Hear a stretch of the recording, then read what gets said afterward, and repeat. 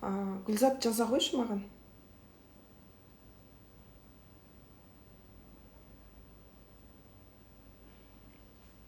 Мені қайта-қайта эфирден лақтырып жатыр. Неге мені өстіп наказывать етіп жатыр, жазалап жатыр? Күнделікті эфир жасаған кезде 2 сағаттап отыра беретін. Білмедім неге олай істеп жатқанын.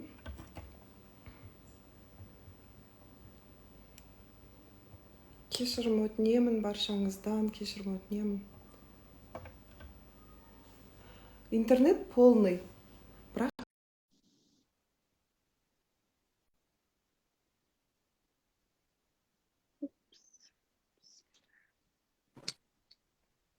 Санжараға кешірім өтінемін. Интернеттен ба, менде полный болып тұр, бірақ та лақтырып жіберді. Солай мен соны таңғалып тұрмын. Бүгін ана Әбләс деген көкеміз көшеге шығыңдар деп хабарлаған жоқ па? білмедім о жағын. Сол көкем жағаласа өзі кесіп тастай беретін әдеті бар еді ғой үкіметтің. Сол сіздерден болды ау деп ойлаймын, шықпай қалды да жаңағыдай. Эфирде айтамын да, сізбен шыққан кезде лақтырып жіберіп жатыр. Обычно күнде 2 сағаттап отырған кезде отыра беретін едік. Но енді жарайды, солай болу керек болған шығар. Ары қарай сіздің әңгімеңізді тыңдаймыз. Бағанағы алдыңғы эфир үзілді ғой, жоқ болып кетті ғой, мен түсінгенім. Жоқ болып кетті, иә. Онда мен тез кіріспені жүріп өтейін, ана айтшы түсініксіз болып қалады. Жақсы, кеттік онда, былай болсын. Қазіргі мына бізді тыңдап отырған болсын, басқасы болсын, бүкіл әлем жұрты отырған академиялық білімнің барлық, мына біз оқып жүрген математика, физика мен геометрия мен әбден мынандай твердая наука деп өзгермейтін нақты ғылым ретінде белгіленген ғылымның кәдімгі жаппай қоғамға белең алатын дәуірді жаңа дәуір деп атайды. Орысша новая эпоха деп атайды. Енді бұл 17-ші ғасырдан Франциядан бері қарай басталатын таза логикамен, ақылмен дүниені реттеу деген. Оған дейін діни таным болады. Бірақ енді ол дін келгенге дейін де адамдар өзі жабайы, адамда жан бар, тән бар, жүрген адам өліп қалды, значит жаңа бір жаққа кетті, ұшты, қонды. Білмейді ғой енді, ала алмайды ғой. Пайғамбарлар келмегеннен кейін, ол өлгеннен кейін өмірді суреттей алмайды. Әр мәрдеңе шығара береді одан кейін. Өзінің жандай қиялына сенеді тағыны бір жобалап бірдеңелерді айтады. Енді кейін діндер келгеннен кейін діндер институты қалыптасады тағыны, оның бәрін жандай классификация жасайды, бәрін өз орнына қояды. Тағына адам не, адамның ішінде не бар, адам неден тұрады деген сұрақ қайта басталады. Ал негізі бұның рационалды жолын, ғылыммен, ақылмен тексеретін жолын ең бірінші Аристотель. 2,5 мың жыл бұрын солар айтады. Яғни адам деген кім деген кезде, адам туғаннан бастап, есін білгеннен бастап, айналасына қарайды тағына, білсем, анау не деп, мәңгі уақыт білгісі келіп талпынып кете беретін бір тіршілік иесі, бұл ақыл иесі. Сондықтан бұл ақыры білетін болса, онда қандай шартпен бұл білу керек?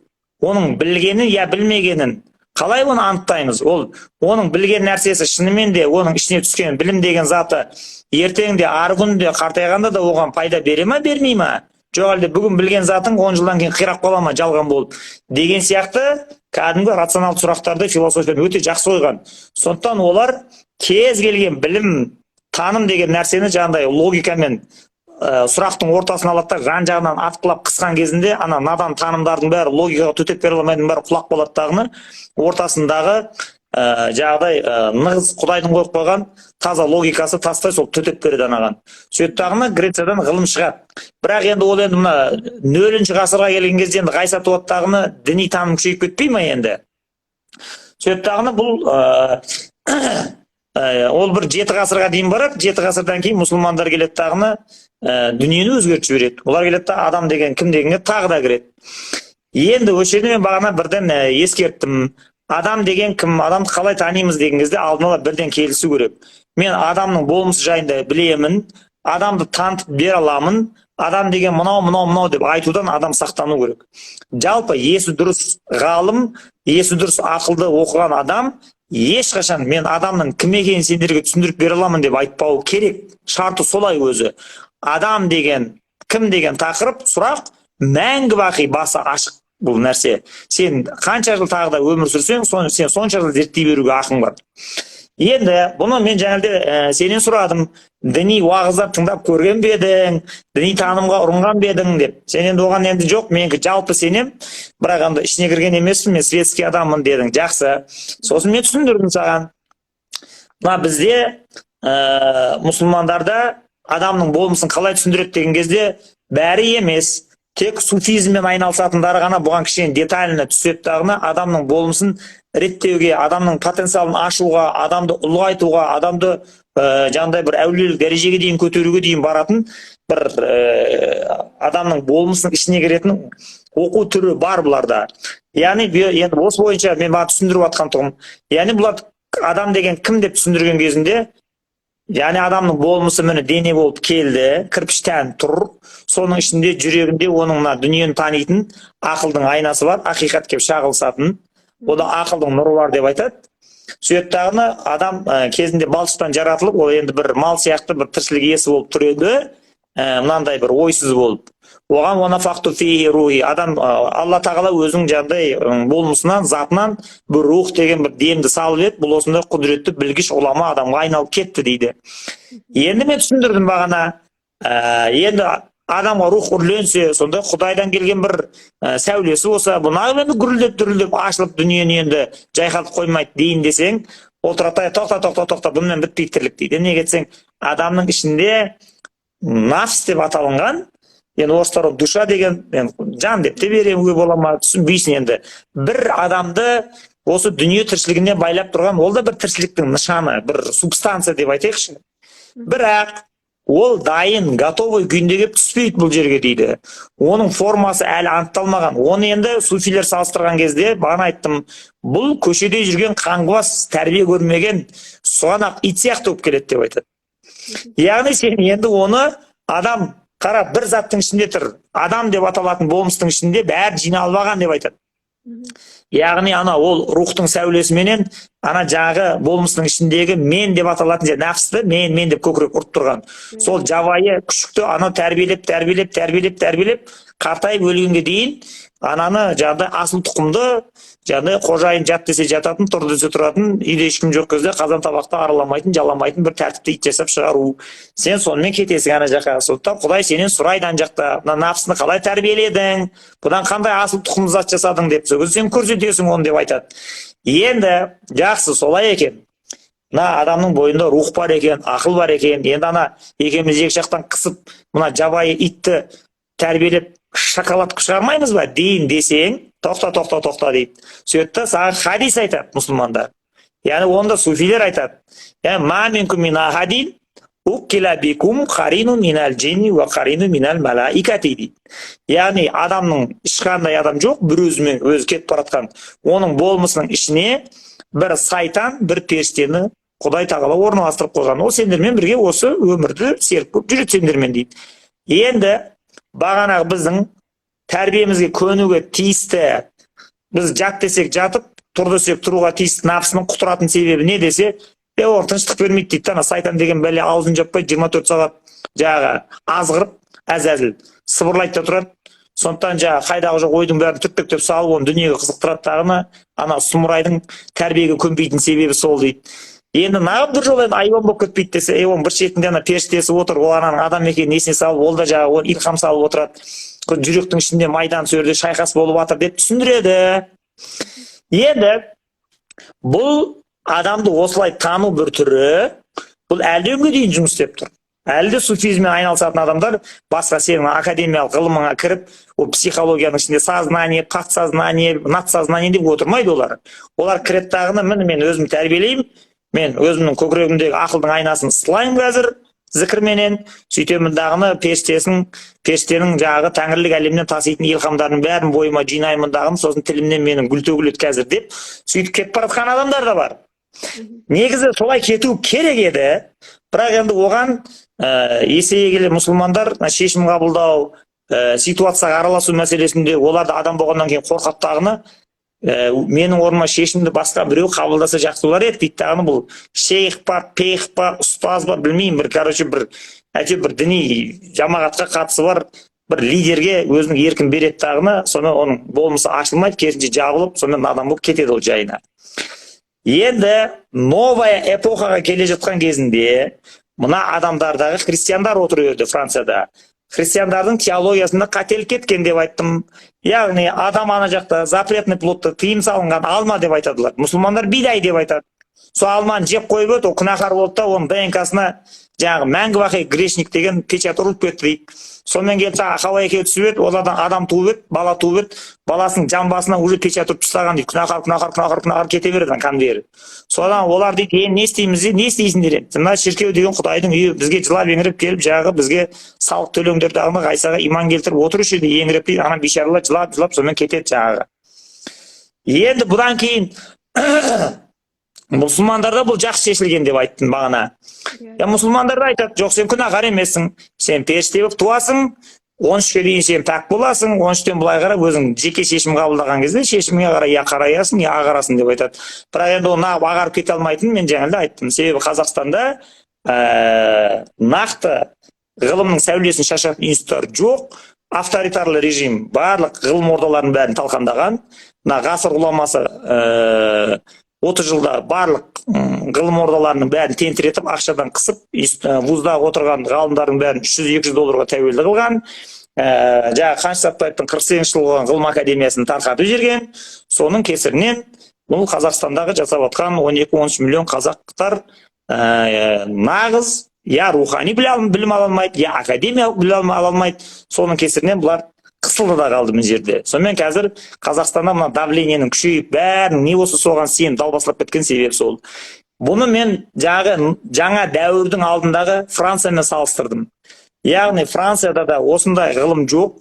Қазір өзің ойла, сен вроде 21 ғасыр, бәрінің қолында смартфон, интернет, вроде информация доступны сияқты, бәрі көз ашып өмір сүру керек сияқты саған көрінеді, солай ғой? Мен ана ауыл аймақтағы тек қазақ тілін ғана біліп ақпарат ала алмайтын адамдардың қандай қараңғылыққа түсіп кеткенін айтпай ақ қояйын. Мына Алматы мен Астананың өзінде отырған екі вуз бітірген адамдарының өзі діни уағыздардағы ана далбаса нәрселерге түсіп қала береді кәдімгідей. Уже болмайтын эзотерикаға сене береді.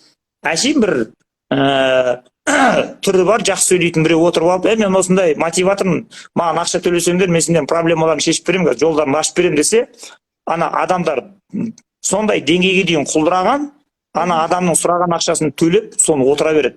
Жаңағыдай, мен сендерге әбжат туралы кітап сатам, байланып тұрған түйіннің бәрін шешем, сен дуалап тастаған, қазір жолдарының бәрін ашам десе, ана қолындағы соңғы ақшасын соған апарып беруге дайын отыр.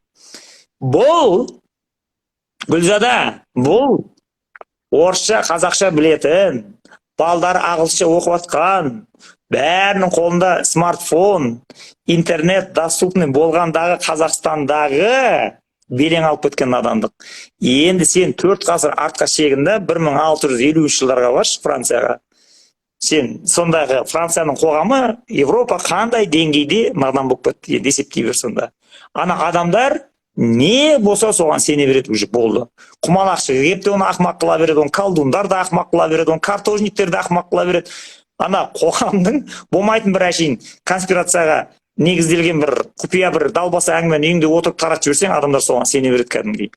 Соны тоқтату үшін міне енді келеді.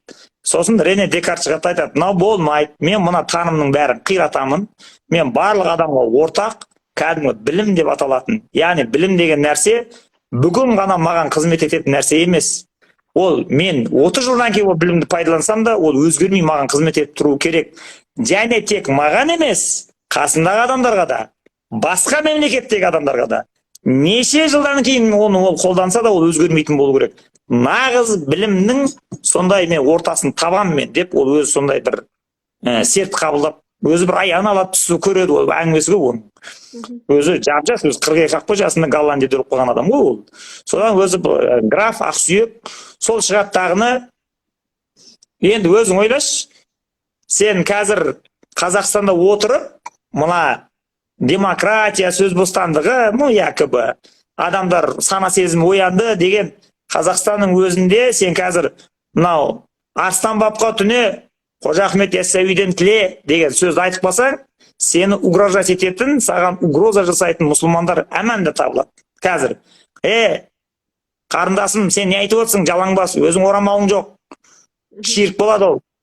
ертең мен сені пышақтап кетемін, білдің ба, көрсетемін мен саған деп сені, яғни діннің атымен, Алланың атымен сені өлтіріп тастауға бара беретін адамдар шығуы демде. Көрдің? Әбден мүмкін. Уже соған дейін мына діни уағызды күшейте берсең, ол ақыр соған барып тіреледі негізінде. Яғни мына дінге тіл тигізген адамды Алла разылығы үшін өлтіріп тастасаң, жұмақ саған алиспешін десе, болды, кете береді адамдар. Себебі анау ақылдың күшімен еңбек, ыждахат күресіп, ол 50-60 жыл өмір сүріп, содан кейін бар жұмаққа кіргенше, лучше мынаны өлтіріп, запросто кіріп кеткен жақсы емес па деген паразиттік бір не жатыр ғой енді бір подсознаниеде. Соны пайдаланады адамның жанында еңбексіз, бірден бүкіл рахатқа, мәңгілік рахатқа еңбексіз, уақыт өлтірмей бата қалатын құмарлығын крючокқа іліп алады солай. Енді Декарт тұрады да, енді өзің ойла, мен саған айттым жаңалде, сен бір ғана бұрынғы ата бабаңнан келатқан танымды айтқанның өзінде саған угроза болады. Ал ол Европада уже 2000 жылдан бері қалыптасқан барлық діни танымның бәрін қиратамын мен деп айтқан. Яғни мен сендердің мына мәтіндеріңе, мына сендердің алған аяндарыңа, түстеріңе, мына ештеңелеріңе сенбеймін. Себебі ол слишком субъективно. Ол солай ма, солай емес пе, мен оны тексере алмаймын сенің. Мына мәтін деп алып келіпсің, киелі мәтін. Ол соны шынымен де солар жазды ма, жазбады ма, Құдайдың өзінің құдіретті қолымен жазылды ма, жоқ естіп алып, біреу жазып, оның арасында өзінің ойын тығып жіберді ма, мен қайдан білемін оны? Дейді тағына, когито эрго сум, я жаңағыдай сомневаюсь, следовательно мыслю, я мыслю, следовательно я существую деген атақты философиясын шығарады. Оны күмән философиясы деп айтады. Яғни бұған дейін адамдардың білім ретінде, таным ретінде, ақпарат ретінде қолданып жүрген қандай ақпарат источнигі бар, бәрін талқандаймын дейді. Күмәнмен бәрін тексеремін мен қазір дейді. Сол үшін оны ана жаңағы радикал діншілдер қудалап, пышақтаймыз, өлтіреміз деп, ақырында сол өзі 42 жыл ма өмір сүрген адам, сол 42 жасында өзі 46 рет па, 47 рет па үй ауыстырған екен ғой, көшіп қашқан ғой енді. Анау аяқтан ұстайды дейді, мына аяқтан сол ана жаққа, мына жаққа сол кітаптарын алып тасып жүріп, ақырында сол Голландияда демократия бар, енді ол кезде кішкене мынандай парламенттің влияниесі күшті, сол жаққа барып, сол королевасы азанда маған ойбай жаңа самал өтіп таң сағат 5-те аяздың кезінде шағып, соны суық тиіп, он бейшара өліп қалды. Сонымен ол тұраттағына айтады, енді мен бұрынғыдай мына адамның ішінде жан бар, сайтан бар, пәлем бар, түген бар дегеннің бәрін лақтырам дейді. Мен бәрін жарамсыз шығарам қазір дейді. Сөйтеді тағына, мен адамды дүниені екі ақ субстанцияға бөлем қазір дейді. Сөйтеді тағына, екі субстанцияға бөліп тастайды. Яғни дүние екі ақ жауһардан тұр, екі ақ субстанциядан тұр. Біреуі ойланатын, сана сезімге ие болған, яғни душа, интеллект деген бәрін лақтырып тастайды да, бұл conscious дегенді алып келеді. Сознание деген, сана деген. Болды. Мәңгі бақи тоқтамай ойланып тұрған, логикамен ойланып тұрған бір субстанция бар мына дүнияда, оның центрі жоқ, бұл әлемнің ішінде емес, ол тысқары бүкіл 18 мың ғаламды қоршап кеткен, оның шеті жоқ, шегі жоқ. Яғни Гүлзада деген сана бар. Болды, бір субстанция ұстадық. Ол үнемі ойланып тұр. Я мыслю, следовательно существую деп ол қайталай берді ана жерде. Оның жұмыс істеу механизмі күмән, сомнение. Қандай саған ақпарат келеді, бәрін күмәнмен тексереді тағыны, логикаға келмейме, бәрін қиратып, қырқып, сыртқа қарай атып жібереді, отыра береді. Енді екінші субстанция, оны объект дейді. Яғни ойлана алатын Гүлзаданың санасын субъект деп алады. Түсіндің ғой? Енді ойланбайтын мына ресекстанция дейді, мына кеңістікте жер алып, жайылып тұрған заттарды, бұл заттар әлемі дейді, объект. Сөйтті адамның денесі де осы дүниенің ішінде объект ретінде тұр. Субъект просто бес сезім мүшесін, как шпион сияқты жұмсайды. Құлағын, көзін, мұрнын, тілін, сосын сипап сезу. Сол бесеуі бараттағын сырттан ақпарат алып келеді. Соны сана, логика алаттағыны айландырып шайқап, ішінен бір информация алаттағыны, дүниені өзінше билеп төстейді дейді. Енді бұлар осы өзгермейтін, әмәнда барлық адамда бар, және логикамен жұмыс істейтін бұл, осы субстанцияны мен күшейтемін, осыған күш саламын дейді, күш салған кезінде шынымен де логика, ана ғылымды, математиканы, енді өйткені логикаға бағынып тұрған нәрсе математика ғой, математика физиканы күшейтеді. Физика сосын биология, химияны алып келеді өзінің артынан. Жайлап бір-бірін түртейін деп тұр ғой бұлар. Сөйтіп, сондықтан да мына 17-ші ғасырды математика ғасыры, 18-ші ғасырды физика ғасыры, 19-ші ғасырды биология ғасыры, 20-ші ғасырды үрей мен қорқыныш ғасыры, атомный бомбадан 21-ші ғасырды мәнсіз, мағынасыз ғасыр деп айтатын себебі сол. Бессмысленный век деп айтатын біз отырған заманды. Білмейді адамдар не үшін өмір сүретінін. Ал ол кезде математика мода болып жатыр. Елдің бәрі ақымақ болып жүріппіз ғой. Кім болса соған сеніп. Міне Декарт жақсы айтып отыр. Бәрін алаттағыны ғылыммен тексереді, логикамен бәрін шайнайды, турайды. Ақылдың сүзгісінен өтпейтін, логиканың фильтрінен өтпейтіннің бәрін аламыз да лақтырып жібереміз дейді. Бірақ ол кезде енді сананы бізге Құдайдың берген нығметі, бұны біз үфлеп ұстауымыз керек деп жатыр ғой. Сөйттағыны бұл сана, мына жаңағы ойланатын субъект, ол объектіге тәуелді емес, ол тек қана жаңағы сенсорный, яғни бес сезім мүшесі арқылы информация алып соны қорытып жатыр. Ана жерде ол бұл әлемнің ішінде емес, ол тыста тұр, просто мына жерде жұмсап жатыр ана бес сезім мүшесін деп айтып жатыр ана жерден. Ол сондай тәуелсіз, сондай независимый, оған ешқандай зиян келмейді. Ол өзінің логикасын жасап, математикасын бұрқыратып отыра береді деп сенді. Ал енді тән оған қызмет етіп жатыр. Болды. Баяғыдай сайтан, пайтан, жағдай, нафс, адамның ішінде жаңағыдай оңбаған жабайы ит бар, күшік бар деген метафораның бәрін лақтырып жібереді ана жерден. Сонымен одан кейін артынан физика келеді, сөйтіп механика заңдары ашылады. Сөйтіп кән сендер мына айды, жұлдызды бәрі Құдайдың құдіретімен айналып тұр дегендер. Бұлар құдірет емес, мына материяның өзінің заңы бар екен ғой. Мына заттар бір-біріне тартылады екен. Жердің тартылыс күші бар екен ғой. Сендер кімді ақымақ қылып жүрсіңдер? Дейді тағыны енді ол кетеді. Сосын биологияға кетеді. Содан позитивизм деген жаңа направление пайда болады. Яғни кез келген ақиқатты айыратын болсақ, лабораторияда тексереміз. Бес сезім мүшесінің байқауына, сезуіне егер ілінбейтін болса, онда кешіріп қоярсыздар. Онда мен бәрін лақтырып тастаймын қазір дейді. Сосын болды. Енді тек қана интеллектпен ең соңғы жаңағы соңғысы нүктені біздің жаңағы интеллектіміз қояды. Соған тоқтайсыңдар сендер дейді. Енді былай қарап тұрсаң ол жақсы, жаңағы қазір надан уағызшы бір қыз-келіншектердің бір түкке тұрмайтын адамды надандықтан надандыққа сүйреп кете беретін уағыздары жүр ғой, мысалы WhatsApp'та тарап. Мысалға кеше бір келіншек ұрып отыр. Бұл күйеу сенің күйеуің емес, жұмақта оның өзінің әйелдері бар. Сен оған азар берсең, олар кейін сен біздің күйеуімізге тиісесің деп айтады деген. Енді надандық емей не? Мысалы, оның Құранда жоқ түбірі. Оны ойдан құрап ұрып жатыр мысалы. Оны хадиске апарып түйді. Хадисті өз сияқты жаңағыдай өз сияқты надан ойлап тапты ма? Құдай білсін, міне. Осындай надандықты талқандаған кезде Рене Декарттың жаңағы рационализмі жақсы, фильтрді жақсы қояды ол кезде. Сөйтеді тағын, тоқта, мына әңгімені қайдан алдың? Кімнен естідің сен бұның? Түбі қайда? Сен қайдан білесің мына әйелдің күйеуін ертең ана жақта басқа біреулер иеленетін? Оған 74 беріледі, қор қызыйсың. 74 деген цифрды қайдан алдың? Құраннан алдың ба? Онда сонdan көрсет. О жоқ, о түбі Құранда оның 74 деген сан да жоқ. Хорлармен оларды солай бір үрлермен деген айтады, бірақ оның не объект? Ол жақта қандай формада көрінеді? Оны білмейді да оны. Бәрі тылсым, бәрі метафора, бәрі символ ретінде жүріп жатыр. Енді соны бұлар буквализммен кіргізеді. В буквальном смысле осы дүниеде красавица сияқты, сұлу қыз сияқты ол жақта да біреу отыр деп соғады. Енді соларды талқандағанда жақсы. Бірақ енді осы жерден бір апасын нәрсе бар. Яғни біз осының бәрін талқандап жатқан кезде, енді мына бізді қоршаған объективті әлеммен мына адамның арасында өзі бір байланыс бар ма, жоқ па?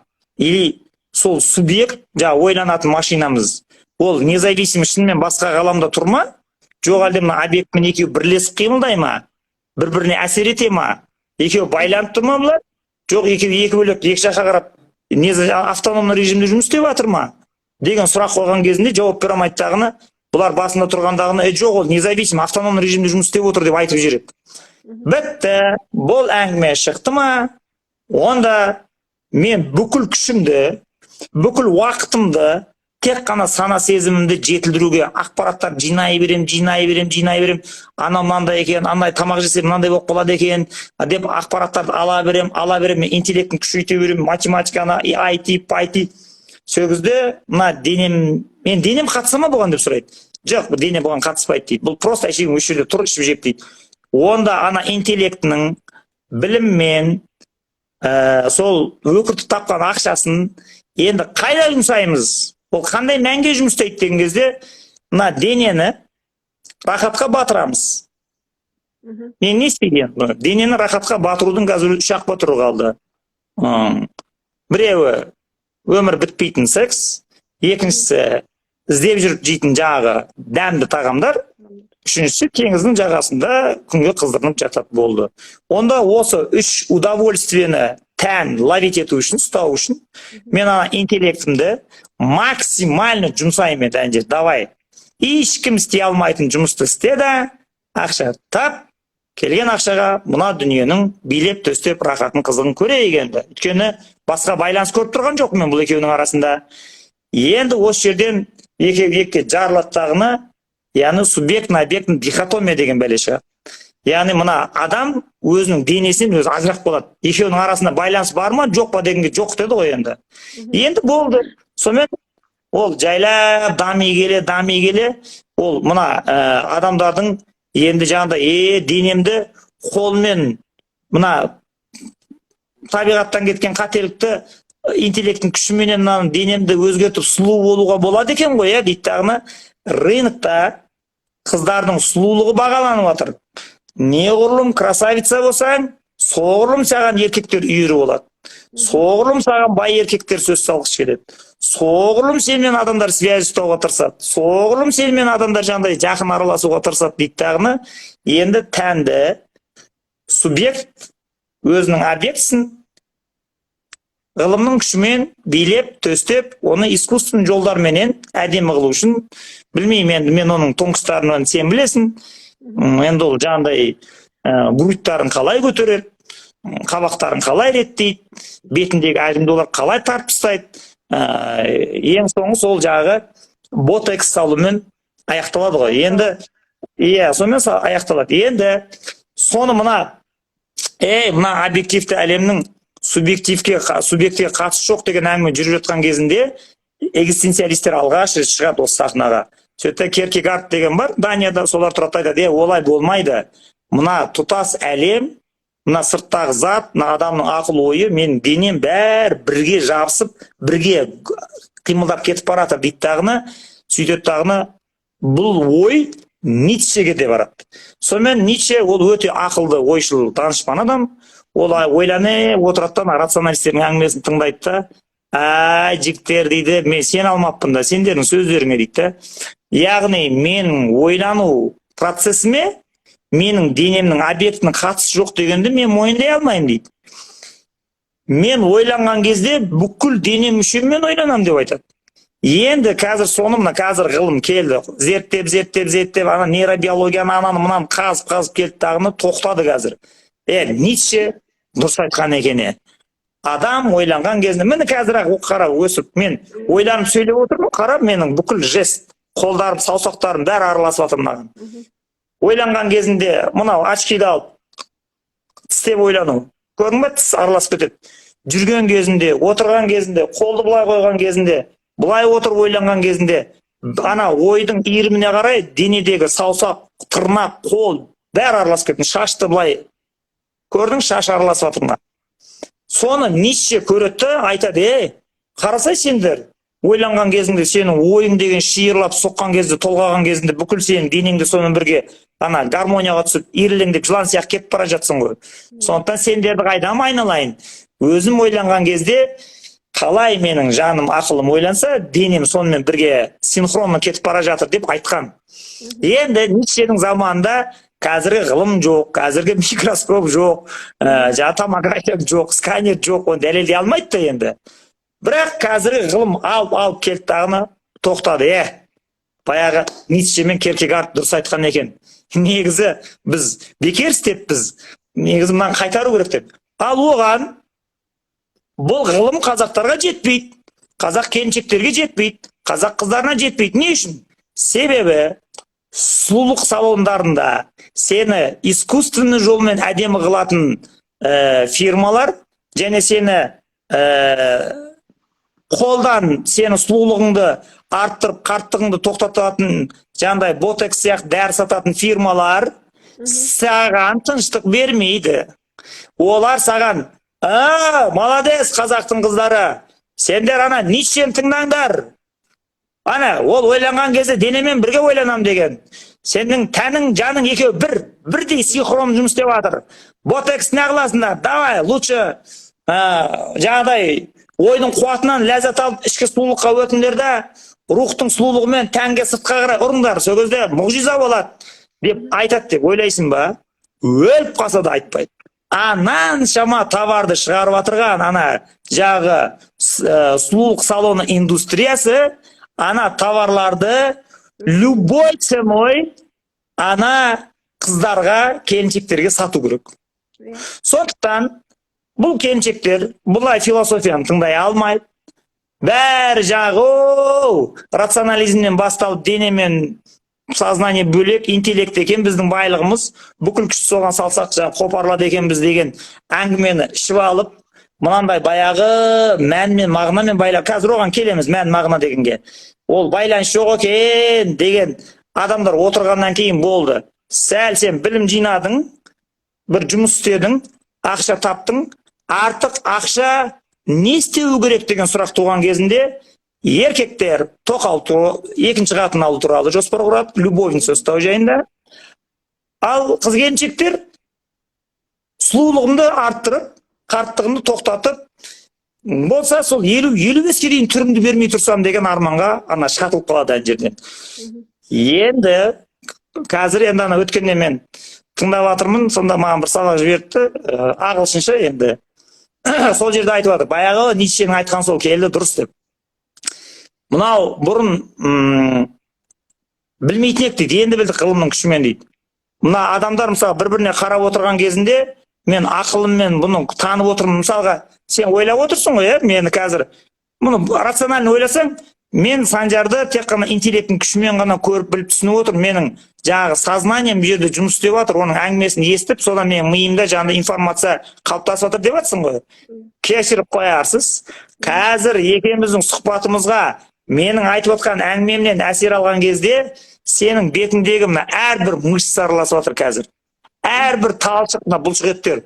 Олар сол менің бетімдегі эмоцияларға қарай бейімделеді дағыны, сол еттердің құрылымына қарай миға я жағымды, я жағымсыз сигнал жіберіп жатыр. Сана, сознание, независимый, тәннен тәуелсіз қалыпта, автономный режимда менің бетімдегі ақпаратты ала алмайды. Сенің бетіңдегі бұлшық еттің майда талшықтар тканьдар арқылы алып жатыр ана ақпаратты. Енді сен тұрасыңдағына мен де красавица болғым келеді. Мен кімнен кеммін? Мен де жасым өтіп жатыр, биология маған да действует. Дейсіндағыны ботексті сартылдатып салған кезде ол страшный токсин сіздің бетіңіздегі тканьдарды өлтіріп тастайды.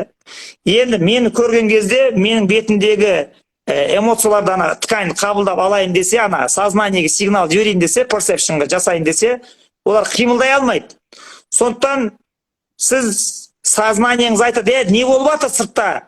Гүлзада ана не айтып жатыр анау? Бірдеңені айтып жатыр ғой анау. Жіберсе сигналдар дейді. Ол сигнал бет арқылы барады саған. Бет ала алмайды, өліп қалған ол. Сондықтан да ана ботексті өте шамадан көп қолданған адамдардың мына эмоциясында анау күліп отыр ма, я жылап отыр ма, я қуанып отыр ма, я қайғырып отыр ма, вот жақтырып отыр ма, жақтырмай отыр ма, білмейсің. Ана беті пластмасса болып қалады адамның. Соны енді ғалымдар айтып жатыр ана жерге, сен дейді, үйтіп істей беретін болсаң, бір күні мына тканьның бәрі өліп бітеді. Содан кейін сен бір кісі өлген үйге көңіл айтып баратын болсаң, елдің бәрі қайғырып жылап жатса, сенің санаң қайғырып тұр, я бұл үйде кісі өлді, қайғысын бөлісу керек деп. Бірақ бетіңдегі тканьдар сойған түлкідей ыржалаңдап күле беруі мүмкін. Көрдің? Яғни бағынбайды, все, екеуі дихотомия деген сол екеуі лағып екі жаққа кетті міне. Соны енді көрдің? Жақсы, енді бұлар айтады. Мынау что-то, мына баланың әңгімесі научно обоснованный, мынау логично айтып отыр. деу де жеткіліксіз енді. Бұны түбінен қалай ұрамыз дейді. Қаласаң да, қаламасаң да, Гүлзада, классикалық діни қиссалардың араласатын жері осы жер. Енді сен бұны жасы 35-ке 40-қа келіп, жағы әбден рекламалардың несіне, влияниесіне түсіп, әбден миы уланып, тек қана сұлулық салонына барып жасарып отырмаса, неврозға ұшырайтын адамға түсіндіру деген Құдайдың ол азабы. Оларды өзгертуді біз талап қылмаймыз да. Бара бер, давай, бара бер, сала бер ботоксың дегеннен басқа не істейміз енді?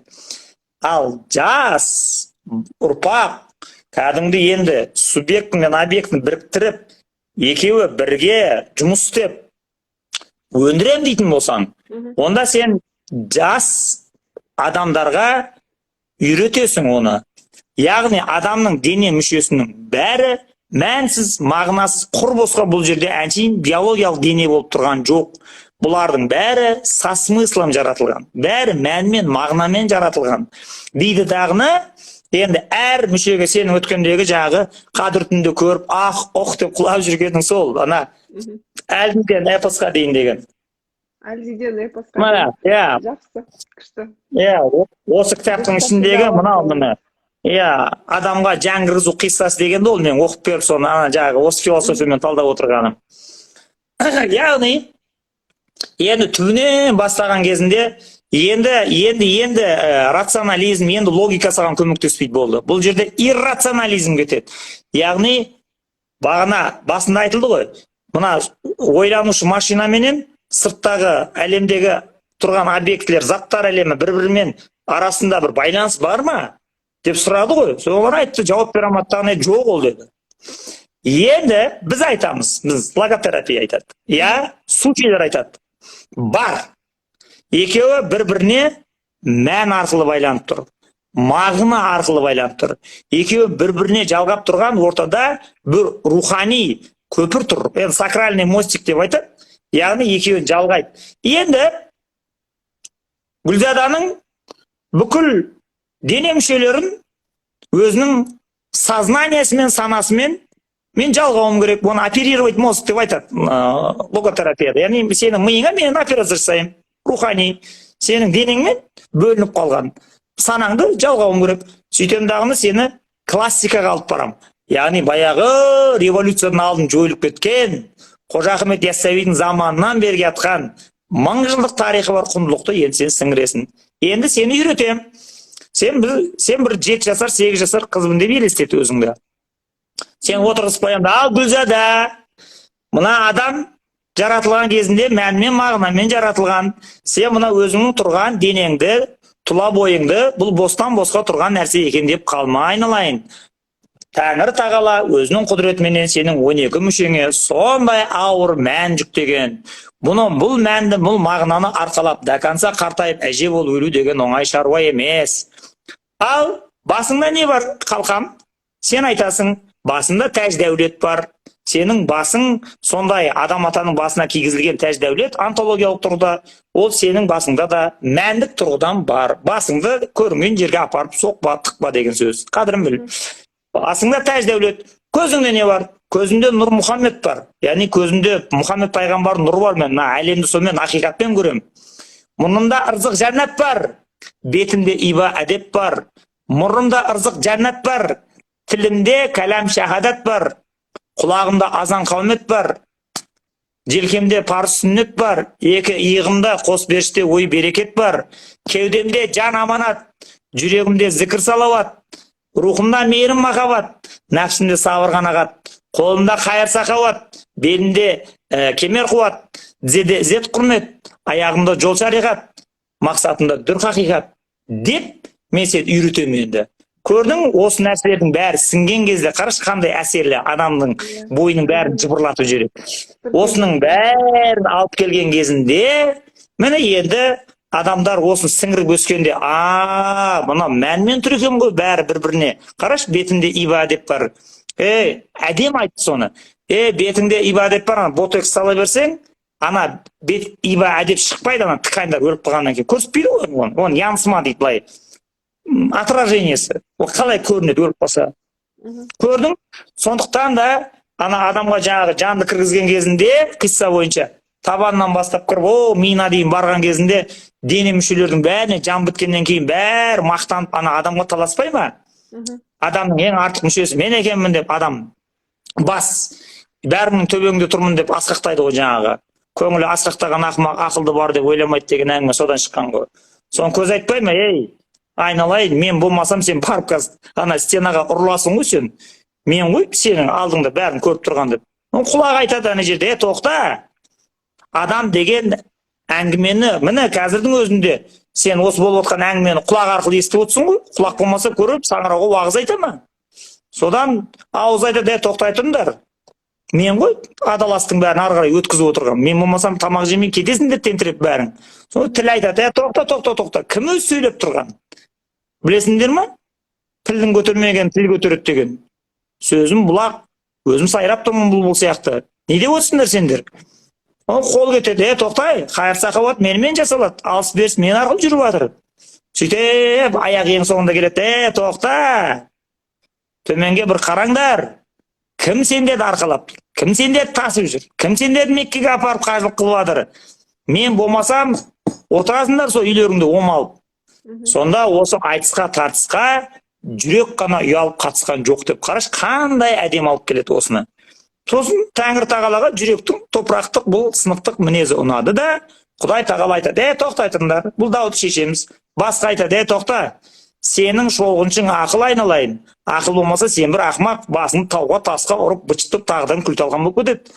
Көзге айтады, арсыз, сен білесің бе? Сұлу көрсек сұқтанбай тұрмайтыныңды, еркектердің бәрінің ауруы сол мына. Кез келген автобусқа мінсе, кез келген пойызға мінсе, кез келген бір қонаққа барса, кез келген бір ұйымға кірсе, сол жердегі сұлу қыз келіншектер бетіне сұқтанып қарамаса невроз болады. Міне сен көзіңнің істеп тұрған тірлігі. Құлақ қыздарға қатысты көбіне. Құлаққа айтады, сен өсе кішкене әңгіме басталған кезде тұрып кете алмайсың ана жерден дейді. Құлағың деген тартылып ана жерде тағы не әңгіме айтылады, тағы не жамандайды, тағы да айта түссе екен деп ана жерде сағыз сияқты жабысып қаласың ғой отырған жеріңе деп құлақтың да амбициясын сындырып тастайды. Сосын тілге келеді. Тіл саған не жоқ?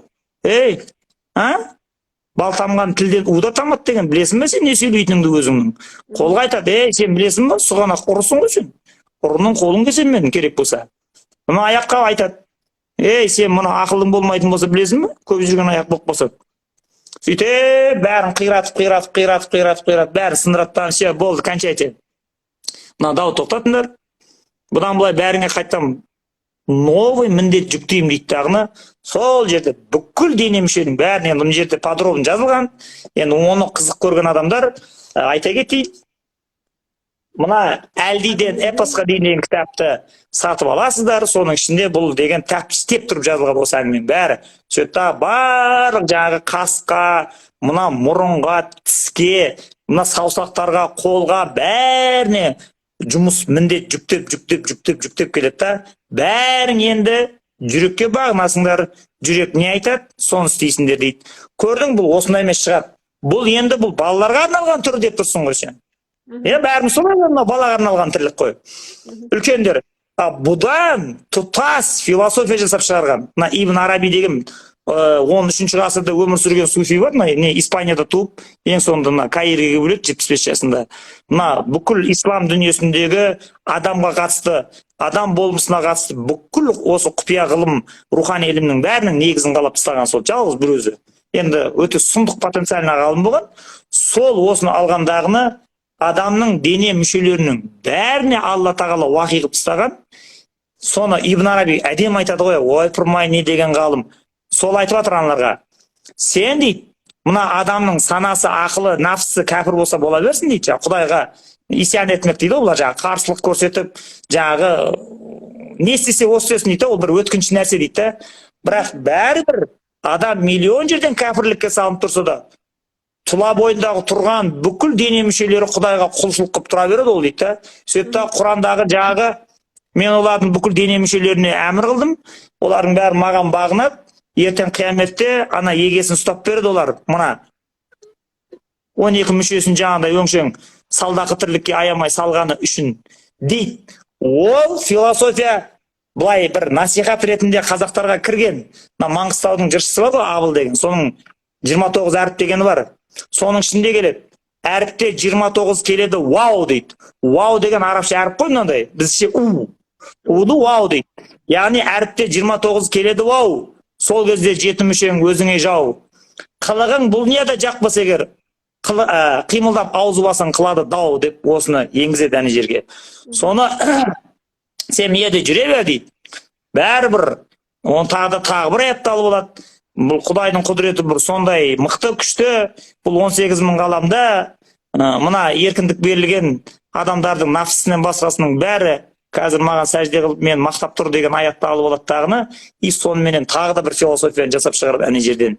Соны тұрады айтады, егер бұларға осындай уахи берілген болса, команда берілген болса, онда ертең қияметте мен сізден есеп алған кезде, сосын тұрады тағым жағы көзің ойбайлап өзің ұстап береді деген. Енді ары қарап енді бұл бір уағыз форматына, бір назидание сияқты болып кетеді жаңағыдай. Философиядан гөрі бір үгіт насихат, тәрбие жұмысы сияқты болып қалады енді. Оны біреулер оны қабылдайды, біреулер оны қабылдамайды деген сияқты әңгіме ғой енді. Яғни көзің сөйлейді сол жерде, мына оңбаған жаңағыдай өтірік жұмыста жүрген кезінде өтірік мәдениетті адам рөлін ойнап келді, ұялмай қызармай түнде жаңағыдай ноутбукты қосып қойды, тек қана порнография көріп, мені әбден бұлғап бітті мына оңбаған дейді. Сосын ауыз айтады, бұл оңбаған сондай жаңағы сен арам қылған жаңағы сағылы бар ма, пасқа бар ма, мертвечина бар ма, өңшең өліктің бәрін, көшедегі тамақтың бәрін жеп, соны мен қорғылды деп ойлайды. Оны асқазан шығады ана жерден жылап еңіреп. Бұл оңбаған мен жатарда ет жеп әбден тұншықтырып бітірген шаруамды ол іштен емес, бұл еще арақ үстінен де ол ойлайды. Сосын өкпе шығады ана жақтан өкпесін айтып, ойбай бұл деген оңбаған темекі шегіп мен никотинмен тұншықтырған, мен соның өзіне зорға көніп жүрем. Bir күн бұл ол онша емес, бұл ана шудың нашасын шеккен кезде мен вообще тұншығып қалдым деп ол ойбайлайды. Соның қолын кетеді бажынап, аяғын кетеді ойбайлап, сонымен ойбай ана жерде 12 мүшең өзің ұстап береді деп бұл әңгімені алып келеді осылай. Көрдің? Сондықтан бұл тек қана жай ғана жан мен тән, давайте екеуін бірге күтейік қыздар, қалай хопс, маған келіңдер, кәне беттегі мышцалар тартамыз деген сіздің рационалды учениеңізбен бұл жүзеге аспайды. Бұны түбінен Құранның аяттарынан, Ибн Арабидің жағы философиясынан, сосын жағы мына Рабғузилердің қиссасынан бәрі өріліп, оны Ницшелерді басып өтіп, қазіргі ғылымның жағы беттегі ткандарды көріп қалатыны, эмоцияға оның қатысатын туралы әңгіме тұтас беруің керексің. 21 ғасырдың адамы деген осындай бір әлсіз, ауру, жаңағыдай бір ғылыми фактілерге зависим болып қалған бір өте бір бейшара халге келді қазір. Яғни қандай әдем рухани әңгіме айтып отырсаң да, діни тарапы бұның хадисі бар ма, дәлелі бар ма деп ол сұрайды, ол да жынды оқыған, ол да ден сау емес. Мына жағындағы енді оқығанын айтсаң, бұл ғылымда дәлелденген ба, сонда құлақ, көздің, мұрнның сөйлеуі деп ол да өз бетінше лағып отырады. Көрдің? Сондықтан логотерапия бұл жерде соны өте жақсы шығады. Қойыңдар болды. Үйтіп рационализммен кете бермеңдер. Мән, мағына дегенді сезіңдер. Енді осы жерде тағы да бір нәрсені айту кету керек. Мына жүрек бұл бір объект, солай ғой? Зат қой енді ол мысалға тұрған. Енді адамның болмысы, жаны, субъект сол қызыл жүрекке қан айдап тұрған насосқа қатысы бар ма, жоқ па? Олар айтады, жоқ. Это всего лишь насос. Ол қан айдап тұр, болды. Эпистемологиялық, жүректің эпистемологиялық рөлі жоқ қой. Яғни дүниені тану процесіне жүрек қатыспайды ғой сонда. Қазіргі оқыған адамдардың бәрі жоқ. Жүрек насос. Біз тек мимен кетеміз дейді. Ал бұған кешіріп қоярсыз, сіздің Құран деген кітабыңыз шанс бермейді. Неге? Инна фи залика ла зикра лиман кана лаху қалбун ау алқассамға уа уа шахид деп тақиқ қыз болып нүктені қояды. Кешіріп қоярсыз, бұл ғаламда, менің кәләмімде, бұл Құранның ішінде рухани дүр, гауһар, ілім, білімнің бәрі ақылы барға емес, жүрегі барға ғана ашылады дейді. Бітті сонымен шаруасы. Сондықтан жүрек деңіз қызықтың бәрі асыл тас деп сіз абайға қайтып келесіз. Енді сіздің жүрегіңіз ол әншейін жағы сен ойлап жүрсің ғой, мен жақсы петрушка жесем, сосын өскеменнің балына жаңағындай яблочный уксусты қосып ішсем, менің жүрегім жақсы болады. Сосын азанда кешке жағы бір ходьба жасап қойсам, скандинавский жаңа жүрсем, менің жүрегім жақсы жұмсайды. Жоқ, қателесесіз. Сіздің жүрегіңіз тек физикалық, максимум психологиялық деңгейде ғана жақсы жұмыс істеуі мүмкін. Но логикалық деңгейге көтерілгенде сіздің жүрегіңіз таным процесіне қатыса алмайды. Яғни этимологиялық қасиеті құлап қалады оның. Яғни жүрек сырттан әдемі ақпарат алатын қасиетін құртады. Не үшін олай болды? Себебі біздің ғасырда адамның жүрегін отырғызатын өзі екі нәрсе бар. Үшеу деп айтуға болады. Біреуі қалай болса солай желінген лас тамақ, көшеден биләши, анау мынау сен білмейсің, ол ненің еті, ол қалай алып келді оны, қандай адам пісірді білмейсің. Екіншісі пустословие, бос сөз, бос әңгіме.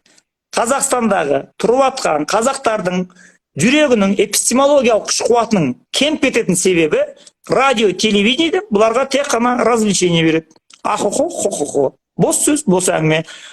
Мәнді бағыналы ақпарат ала алмай тұншығып кеткен қазақтар кәдімгідей. Мына давление деген даты бол, мына атып жіберейін деп тұр ғой қазір. Сондықтан маған күніге өлдім деп қанша адам звонып хабарласады, сен соны отырып алып телефонмен ананың бір сағат жырын тыңдап, одан кейін жарайды енді, ол туралы енді мынандай бір қиссалар бар ғой деп бір 10-15 минут әңгіме айтсаң, ана адам бір 40 жыл бір зынданда жатқан жерінен аяқ астынан бір кең ауаға бір бостандыққа шығып кеткен адам ұқсап саған 2 сағат рахмет айтады. Бұл не? Бұл біздің оңбаған маргинал үкіметтің орыс тілді қазақтардың, қазақ тілді қазақтарды осындай информационный блокадаға салып, бұларды мәннен, мағынадан тұншықтырғанының нәтижесі бұл. Соны біз қайта әйтеуір мына Инстаграм шығып, міне соны радиодан, мемлекеттік телеарнадан, мемлекеттік радиодан ала алмаған нағыз рухани, нағыз құндылық қазыналарын міне сіздің 400 қанша? 488. Иә, 488 мұқылисіңіз қазақ радиосынан есту керек бұл әңгімені, или Қазақстан ұлттық телеарнасынан есту керек. Олар бір түкке тұрмайды, телефоннан, смартфоннан құлақтарын түріп, сапасыз болса да мейлі әйтеуір дауыс естіледі ғой енді деп, осыны алып отыр. Көрдіңіз? Яғни тағы да қайталап айтамын. Жүрек дұрыс, ол объект, зат ол тұрған, ол да осы кеңістікте жұмыс істеп тұр, насос. Яғни енді ғылымға түсіп кетеміз енді. Ғылымға түскен кезінде соматикалық деңгейде жүрек қан айдап тұр. Я, насос, физикалық күші бар. Психофизикалық деңгейде бұл эмоцияға жауап береді. Сіздің жүрегіңізде қазір жақын туысыңыз қайтыс болса, жүрегің ауырады. Ғашық болсаң, соған тартылады. Біреумен ұрсып қалсаң, көңілің, жүрегің алабұртып мазасызданады. Яғни психологиялық деңгейде саған қызмет етіп жатыр. Бірақ бұнымен бітті екен деп қама. Оның ішінде енді ноологикалық, яғни эпистемологиялық қасиеті бар. Яғни ол тәңірлік әлемнен, ғайып әлемнен келетін нағыз рухани ілімді жүрек қабылдап алу керек. Сондықтан да сен Абайға бара беретін себебің сол жағы. Іштегі кірді шығарсаң, түседі хақтың сәулесі, жүректің көзі ашылса, адамзаттың хикмет кеудесі. Көрдің? Енді осыны сен неде адамдар отыру мүмкін, Абайды оқитын. Енді сен мына бала бас істей ме? Абай енді ойырды. Буквально смысле тура мағынасында ол жүректің көзі ашылады деп отқан жоқ, ол метафора деп айтуы мүмкін. Кешіріп қоярсыз, бұған Құран мен мына немен келген кезінде бұлар айтады жоқ дейді. Тура мағынасында жүрек өзінің құдіретін көрсетеді саған қазір дейді. Сондықтан ол шәкәрімде де бар. Менің жарым қыз емес, ақиқаттың шын нұры, оны сезерсіз емес, көзге таса бұл сұры. Жасырып тұр жар өзін, бас көзімен қарама, жүрегіңнің аш көзін, жардың сырын арала. Көрдің? Болды, бітті міне әңгіме. Сондықтан енді мына отырған жағы сіздің 480 адамыңыз, егер, мен мынаған айтып келе жатқан әңгімені. Сонымен жүрек ноологиялық деңгейде бұл эпистемологиялық қуаты бар, тәңірлік әлемнен рухани ақпараттарды қабылдай алатын, сәулені қабылдап алатын және оны санаға бере алатын бір рөлі бар деді Құран бойынша. Солай ғой. Адамдар бұған мән бермейді. Бұл насос, ол тек маған биологиялық деңгейде жақсы жұмыс істесе болды дейді, бассейнге барады, ақшасы барлары, жағы беговой дорожкасын жүгіреді, паркке барады, петрушка жейді деген сияқты. Бірақ ол ойлап қалма сен сонымен жаңағы бассейнге барып жүрмін, менің жүрегім жаңағы қақтан келетін сәулені қабылдап алады екен деп. Ол үшін ананы басқа өзінің амалы болады. Енді сен 40-қа дейін жүрекке мән берген жоқсың. Ол осы объектінің ана субъектімен байланысы бар деп сен миыңа кіріп те шыққан жоқ. 40-тан ары қарай дальше кете беретін болсаң, жүрекке мән бермей. Жүректегі болған кризис тот. Яғни ойламайды кіммін деп, бармамаған бірсін деп, ұстаған недін деп, жүрегінің тоты бар. Яғни оның жүрегінің тоты бар, ол тотпен шаруасы жоқ. А ол тот деген ол Құраннан алды. Айналысқан мынандай мәнсіз мағынасы оңбаған кәсіптерінің кесірінен оның жүрегін қара тот басып кетті дейді. Ол тотпен ешкімнің шаруасы жоқ. Оны ол тазаламайды да, отырмайды да. Енді жүрек бітелді. Сұрақ. Осы көкірек көзінің бітелуі, жүрек көзінің бітелуі, тазармауы, кірленіп кетуі психикаға, санаға әсер ете ме, етпей ме? Жауап, етеді.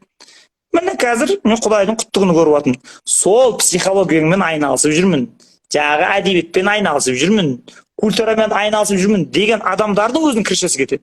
Кәдімгі сөйлеп отырған кезде саудың тамағын ішіп, аурудың сөзін сөйлейді. Ананың жүрісі, тұрысы бір қызық. Енді 45-ке келгенде ажырасып жатады. Баласы бір жаққа, аузының дуасы жоқ, вообще шашырап, жұмыстан кетіп, тұра алмай, құлап, вакуумға түсіп жатады. Не үшін болып жатыр соның бәрі?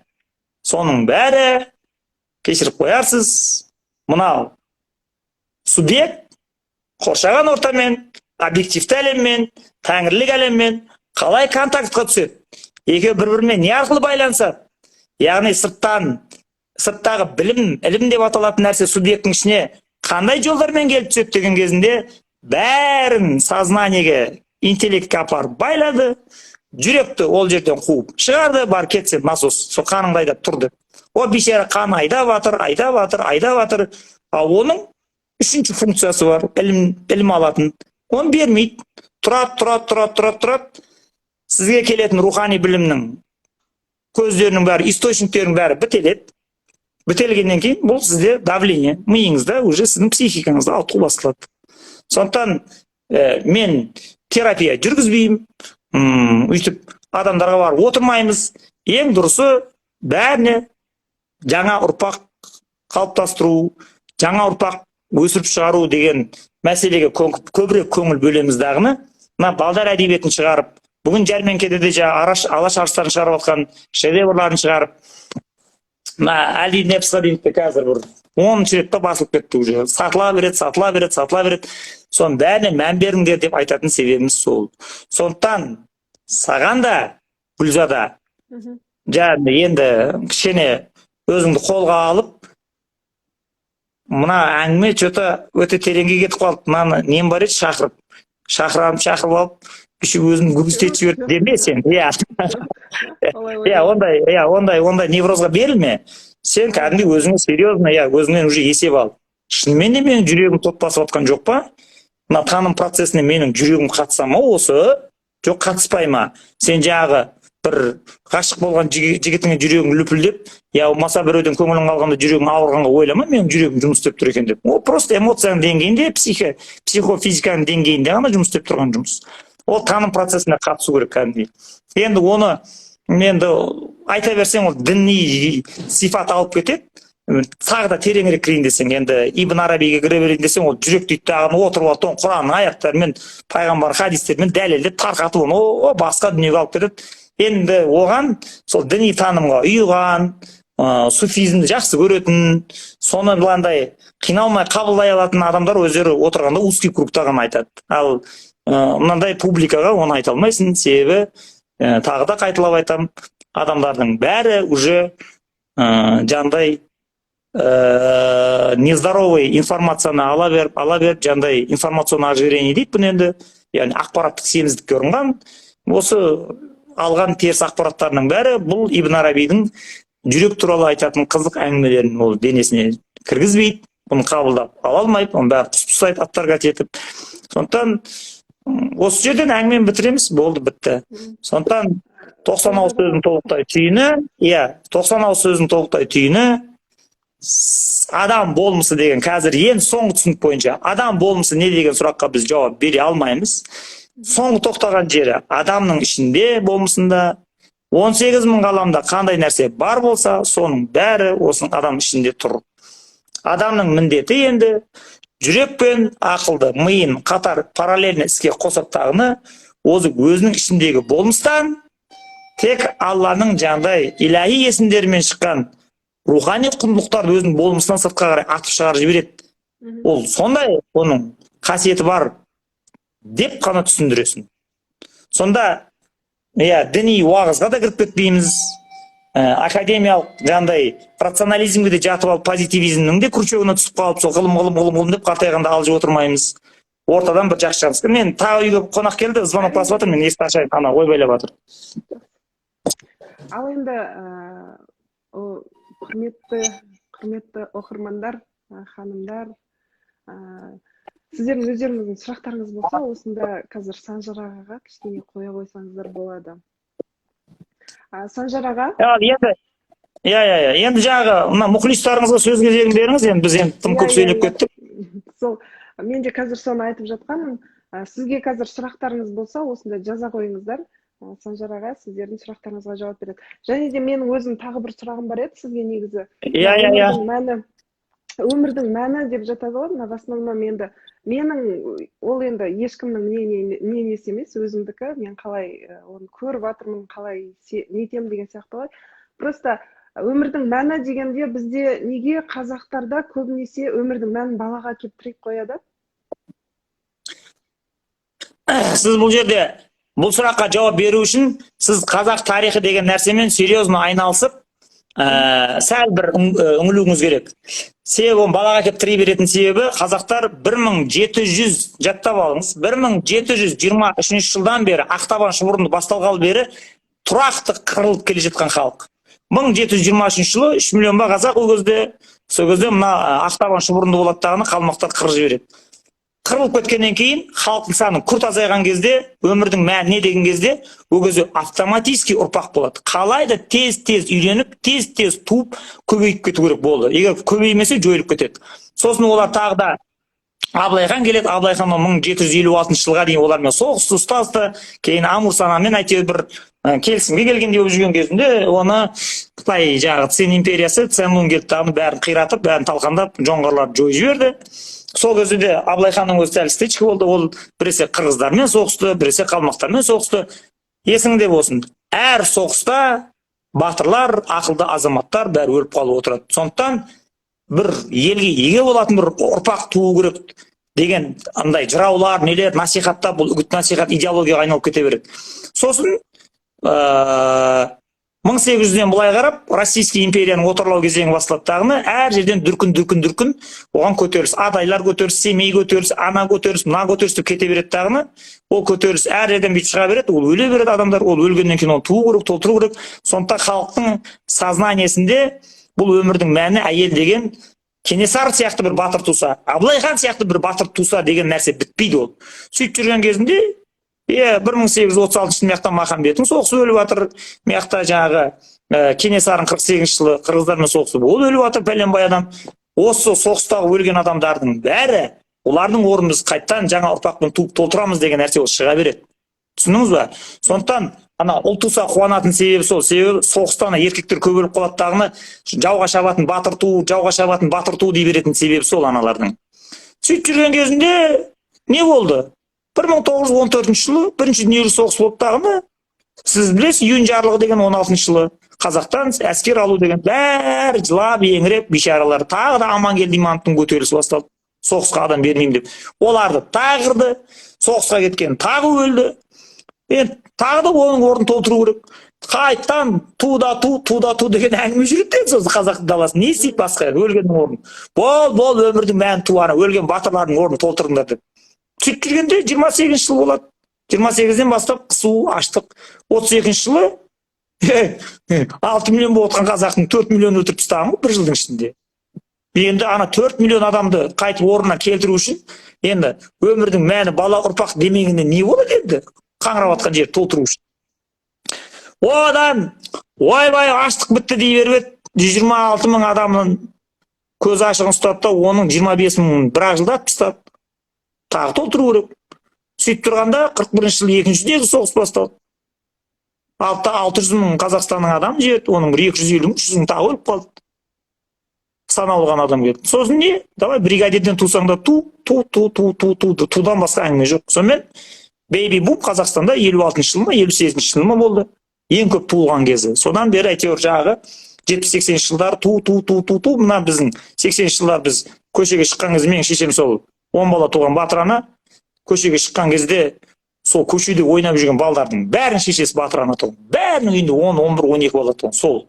Сондықтан енді бұл сіз осындай қазақтың тарихын білмейінше, сол заттарды оқымайынша, нағытынан әкеп тіреп қояды деп, мына басынан түсе алмайсың да сен оны, ан жақтан келуің керексің. Көрдің? Сондықтан қазақтар жаңағы подсознаниеге бір ұлттық мінез сияқты сіңіп қалаттағыны анау автомат түрде беріп кете береді ғой, жаңағыдай әйелі как будто бір ұл туса тағы да бір жауға шабатын сияқты болып тұрады да. Енді қазір бұл жайлап ұрпақ ауысқаннан кейін бұл енді кетеді. Енді қазір уже қыз тудың не ұл тудың не біріншіден разницасы жоқ, екіншіден вообще қыз бала тиімді негізі. Не дейді мұхлистар? Сұрақтарды оқиық. Өте керемет эфир дейді. Аға рахмет сізге. Жан мен тәнді қалай қалыпты пайдаланып, дұрыс жұмыс жасау үшін не істеу керек? Енді ол тұтас бір школа, ол ұзақ әңгіме, оны жаңағыдай үйрету керек. Оны мен эфирде отырып алып, так, оны үйтеміз, так, оны бүйтеміз дейтін мен аферист бір жаңағыдай аффирмация үйрететін мен бір жүрген шарлатан емеспін. Сондықтан оған қатысты мен дайын рецептім жоқ. Единственный, қазір бір нәрсе ұсына аламыз. Бір нәрсе бар дейміз. Көкірегіңіз рухани құндылықтар әлеміне ашық болсын. Мына санаңа ойбай жағы қиссалар тыңдасам мен діни фанат болып кетпеймін ба деген сияқты надан түсінікті таста дейміз дағыны, оларға ұсынатынымыз. Біздің бұған дейінгі бар жасаған жұмысымыз. Сіздің көкірегіңіз қазір қуыс.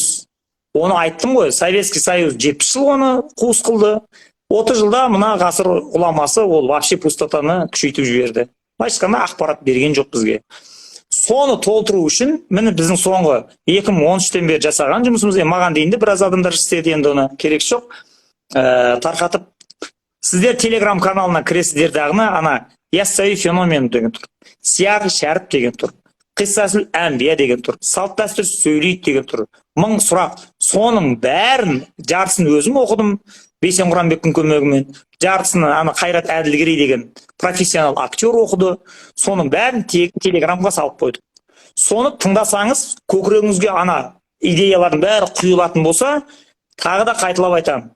Көкірегіңе сіңген нәрсе, жүрекке сіңген нәрсе. Психикаға әсер ете береді. Екеуі бір зат ол байланып тұрған, мына сыртқы әлеммен былай. Сол дихотомияны жойып жібереді нәрсе.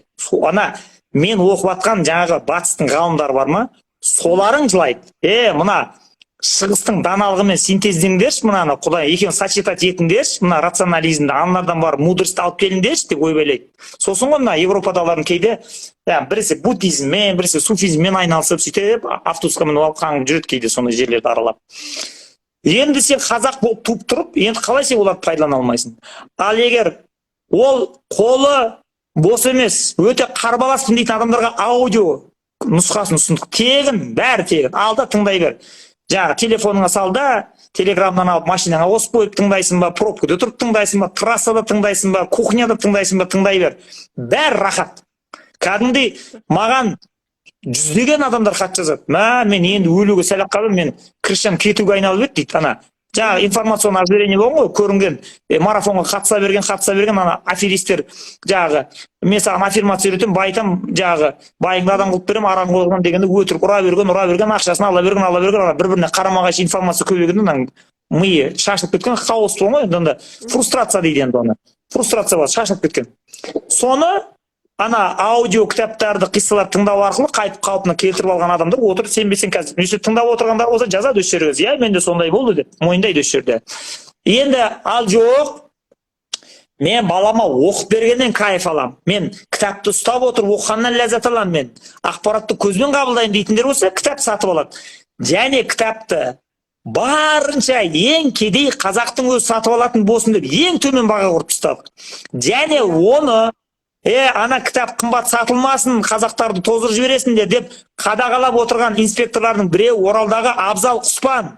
Ол кәдімгідей ұрсат, боқтайды қымбаттатқан адамдарды. Звондайды анаға, түсір ана кітаптың бағасын, оңбаған өтіп жатыр екен деп үстіне қоспа ананы. Болды ғой 500 теңге қостың ғой, жетеді ғой.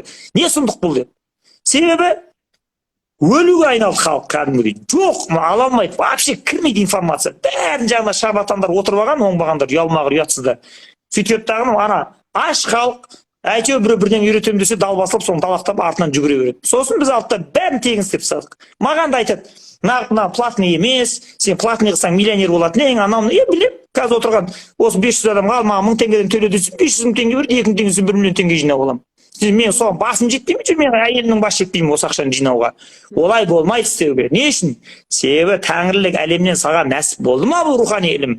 Сен болды, Құран әмірі бойынша бұны сатуға не емес право.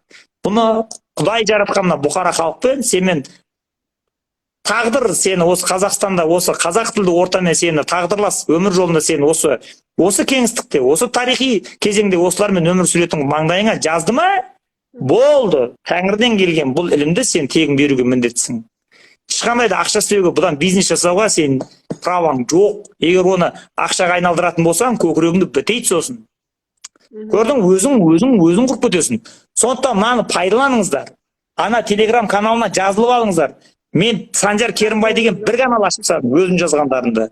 Ана аудионың бәрін 10 салып тастадым. Кітаптың бәрін арзан бағаны. Мен қазір Шымкенттемін, біздің балдар жүр жәрмеңкеде. Су тегін анау. 11 кітапты 7-000 теңгеге сатып жатыр. Не масқара еді былай қарап тұрсаң. Мен ол бір мизерный айлық алып келеді. Ана бейшараларды 100 000 теңгеге айлыққа отырғызған. Оларға жалынасын, ойбай отан үшін, ұлт үшін, мемлекет үшін, қоғам азып тозып баратыр. Шыдаш осы айлыққа, сұрамаш көп ақша. Сенің айлығыңды көтеретін болса, мен кітаптың бағасын көтеруім керек болады. Кітаптың бағасы көтерілсе, 60 000 теңге, 70 000 теңгеге зорға күн көріп отқан қазақтар сатып аламайды ананы. Сосын оның баласы қараңғы, надан болып өседі, ол саған проблема создавать етеді. Қылмыс көбейіп кетеді, зорлық көбейіп кетеді, андай маньяктар көбейіп кетеді. Психикасы айниды ана адамдардың. Сондықтан соның бәрін тоқтату үшін кітапты арзан сататын себебі және аудио кітаптардың бәрін тегін таратып жіберетін себебі сол. Кеттік. Неге қызға тиімді дейді, сабақ сақтаңдар дейді. Сабақ сақталынады міндетті түрде қазір. Техникалық ақаулар болып қалмаса, міндетті түрде сақтаймын. Қыздар тиімді дегенмен просто сәл юмор араластырып айтып жатырмын. Ана,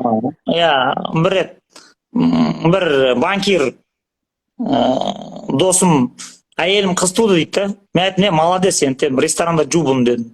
Әйелің қыз туса. Неге біз обычно қазақтардың менталитеті ұл туса тойламай ма дейді.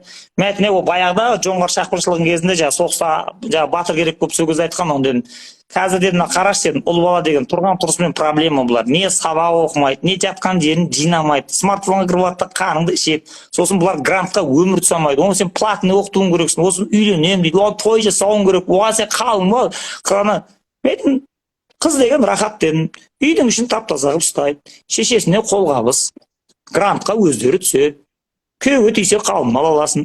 Дедім ана банкирге. Ол күліп мына әңгіменің жаны бар екен, мен мынаны жаңағы әйеліме айтайын деп, мен оның басқанда ана баяғы ескі көшпенділерден келе жатқан менталитетін сындырып тастадым да. Енді бәрі Құдай кімді береді, соны алып отыра бересің. Мысалға мен 4 ұл 3 қыз бар, енді оны мынаусы артық, мынаусы дей алмайсың. Бірақ енді рахатты шынымен де қыздардан көресің да. Енді мына ұл балдарды мен тек күшпен ғана ұстап отырмын, шыны керек. Қыздар деген рахат. Қарашы, мен жерін бәрін шашып тастадым. Мен қазір неде эфир өтеді, кітаптарын бәрін ақтап қопарып, соның қыздарын жинайды. Бала өлсе жинамайды, тек шашады. Сіз сияқты адамдар көп болсын, кездесейік та Ақтауға, Жаңаөзенге қашан келесіз деп мана аяқта сұрақтарды жіберіп жатыр. Сізге арналған. Мен егер қолым тисе Ақтауға барам деген, ол үшін енді мен Ақтаудағы кісілерге условия қойдым. Бір адам, 2 адам шығады, Ақтауға келесің ба дейді. Мен енді бір адамға ол Ақтауға ұшып бармаймын ғой енді. Олар жоқ дегенде бір осы логотерапия қызығатын, қисса айту өнерін жандандырған, өзі бір аптасына айында бір рет екі рет жиналып қисса айтып бір бірлерінің көкірегін толтырып отыратын бір клубқа айналу керек. Олар бір кәдімгі әлеуметтік бір күші болу керек. Сол кезде барып оларға бір лекция оқып, қосымша бір әңгімелесуге болады. Енді ал бір ақ адам шақырып, ол барсаң, оның үшін қыңыр қисық көршілерін жинап алып келеді, басы сен құлақтай отырады. Сосын ол саған ет асып бере береді, түнгі сағат 3-те ет алып келіп тұрады. Енді мен ет жеу үшін бармаймын ғой мысалға. Ол үшін кәдімгі здоровый, көзі ашық, осы ілім білімді дамыту жолына түскен адамдар болу керек. Сол кезде ғана сен ол жерге барасың. Мысалға мен Астанаға, Атырауға ғана бардым өткенде. Не үшін? Себебі олар 60-70 адам сонда клуб құрып алған. Бәрі көзі ашық, бәрі материальный независимый, бәрі руководящий органда істейтін, звенода істейтін сондай көзі ашық қазақтар.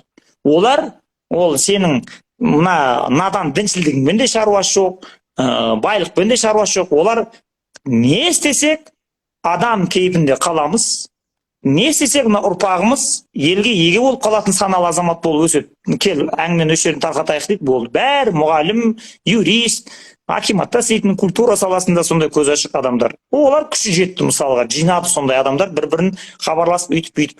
Сосын оларға барып, бір сутка, екі сутка ұйықтамай отырып, соның бәрін түсіндіресің. Мынадан шығады, мынадан шығады, мынадан шығады, мынаны сақ болыңдар, мынандай деп үйретесің. Ол жерде нәтиже бар. Құр тамақ ішіп жата бермейсің енді. Ал маған олардың мақтау сөздерінің не керегі бар? Ойбай, молодецсің сен деген. Ол ер жігіттің көзін жоям десең, отырып алды көзінше мақтай бер деген, мақтай берсе, өзің жоқ болып кетесің. Кітаптарды 7000 теңгеге заказ беріп алдыра аламыз ба дейді. Ол қалай сонда 7000 теңгеге 11 кітап деп жаңа айтып жаттыңыз? Ол қандай жәрмеңке? Иә, оны айтып отқан себебі былай. Жоқ, оны 1 июньге дейін ғана ол сондай акция жариялаған 10 күн. Яғни майдың 20-сы ма жариялады 1-не дейін. Яғни қазір де хабарласып, ақшасын 7000 теңгені жаңағыдай Каспиймен аударып жіберіп, адресіңді айтсаң, олар сол үлгергеніне қарай сол 7000 теңгеге салып жібереді. Енді оған сен үлгере алмай қалсаң, 1 июньнен былай қарап, оны 9500 теңге ма сондай бір, сонда ақысы бір 2500 теңге қосылып кетеді соған. Болды сол. Енді кедей адамдарға ол 2500 теңгенің өзі бір ақша болуы мүмкін ғой. Сондықтан алар минимальный тағы да түсіреді. Ал менің естуімше Шымкентте ма, қай жерде, бір жерде акция бізде кеш басталды, сондықтан мен 1 июньнен 10-на дейін созам дегендер де бар. Яғни 10 июньге дейін де осы бағамен ала беретін шанс бар. Соны әдейі істеп жатыр. Қараңызшы Санжар аға, сол қазір, например, 1 июньге дейін бізде әлі уақыт бар ғой, адамдарда. Кез келген қаладан заказ бере алады да? Солай ма? Жоқ, қазір заказ беріп тастайды, олар үлгерген кезінде поштамен жібере береді. Жақсы. Енді қазақтар хиджаб кимейді дейді ағай. Сол туралы айтасыз ба? Жоқ, бұл енді таза өмірі мәңгі бітпейтін дау. Ешқашан бұның сен шетіне шыға алмайсың. Себебі бәрібір адамдар жандай радикал, ультрарадикал, консерватор, либерал болып адамдар қоғамда болып бәрі бөліне береді.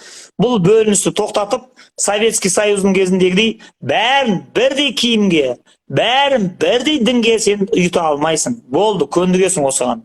Яғни сен, жоқ, мен хиджаб кимеймін арабтікін. Мен қазақ келіндері сияқты орамал тағып жүрген маған ұнайды дейтін болсаң, сен солай қазақша орамал тағасың, менің әйелім сияқты. Сөйтесің дағы, сол мұсылман болып жүре бересің, саған ешкімге претензия қоя алмайды. Ал енді жоқ, мен светский адаммын, мен дінге сенемін, ораза ұстаймын, жеті пісіремін, Құран оқытамын, зияратта барамын, өлгенге Құран, жаңағыдай әулиеге барып, жаңағыдай Құран оқып келемін мен. Бірақ мен жалаңбас жүре беремін десе, ол либерал қазақ өйтпей жүре береді. Ал енді жаңағыдай радикалдары, жоқ, мен үшін дін деген бұл енді мен оның әрбір әрпіне дейін сондай бұлсықпай орнаймын, буквализм дейді. Енді жаңағыдай Құранда әріпте әріп қалай жазылып тұр, мен солай істеу арқылы тура жолды табамын деп бүркеніп алса, онда сол бүркеніп алады дағыны, соның ішінде өмірін өткізеді. Морализмде бар, ригидный морализм дейді. Қазір естіліп тұр ма? Гүлзар? Иә, естілді. Сіз қатып жатсыз? Естіліп тұр ма? Енді естілді. Все равно қатып қалып жатсыз. Сен іздеп отырғанлар.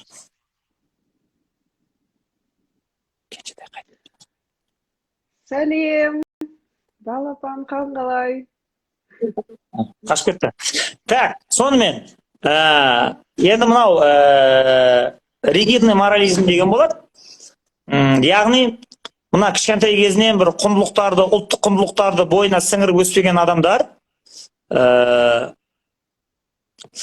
мына көкірегі қуыс дейді ғой жаңағыдай, экзистенциальный вакуумға түсіп қалған, өзінше шешім қабылдай алмайтын адамдар, кішкентай кезінде мынандай бос қуыс кеуде болып өскен адамдар өз бетінше шешім қабылдай алмайтындағыны команданы тек сырттан күтіп тұрады, нұсқау күтіп отырады. Енді адамның ең сапасыз түрі, енді былай қоғамда проблема создавать ететін адамдар осылар, осы жағы типтер. Бұлар жаңағыдай сырттан біреу бірден айтса бүйтіп жүрсе соны бұлыспай орындай береді дағыны, ақырында сонымен сол тоталитаризммен конформизмге жұтылып, сол жұрттың ығымен ол кетеді солай. Сондықтан біреу енді мен хиджаб киіп мұсылманшылығымды осылай көрсетемін десе, оған жақсы. Енді осы киім үлгісімен сіз енді таңдау бар. Иә, көрсетіңіз, бірақ бір шартпен. Өзіңнің ұстанған жолыңды біреуге барып таңбайсың. Маған келіп, өзіңнің діни ұстанымыңды тықпалама, менің мазамды алма деп қана айтуға хақымыз бар. Көрдіңіз? Иә, солай ғана шығамыз. Ал егер ол енді жоқ, сен үйтіп киінуің керек, бүйтіп киінуің керек деп жатса, енді ол кезде айтасың, енді кешіріп қоярсыз. Сіз енді шектен шығып кеттіңіз деп, ол кезде оған претензия қоя аламыз. Ал просто киіп алып жүргені үшін енді біз претензия қоя алмаймыз. Ницшенің айтқандай ғой, адамның жаңағыдай еркіндігі қалай шекарасын сызамыз десе, сен біреудің еркіндік шекарасына барған кезде тоқтайды сенің праваң дейді ғой, сол сияқты. Әркім өзінің шекарасында тоқтау керек. Жақсы. Өте күшті эфир болды.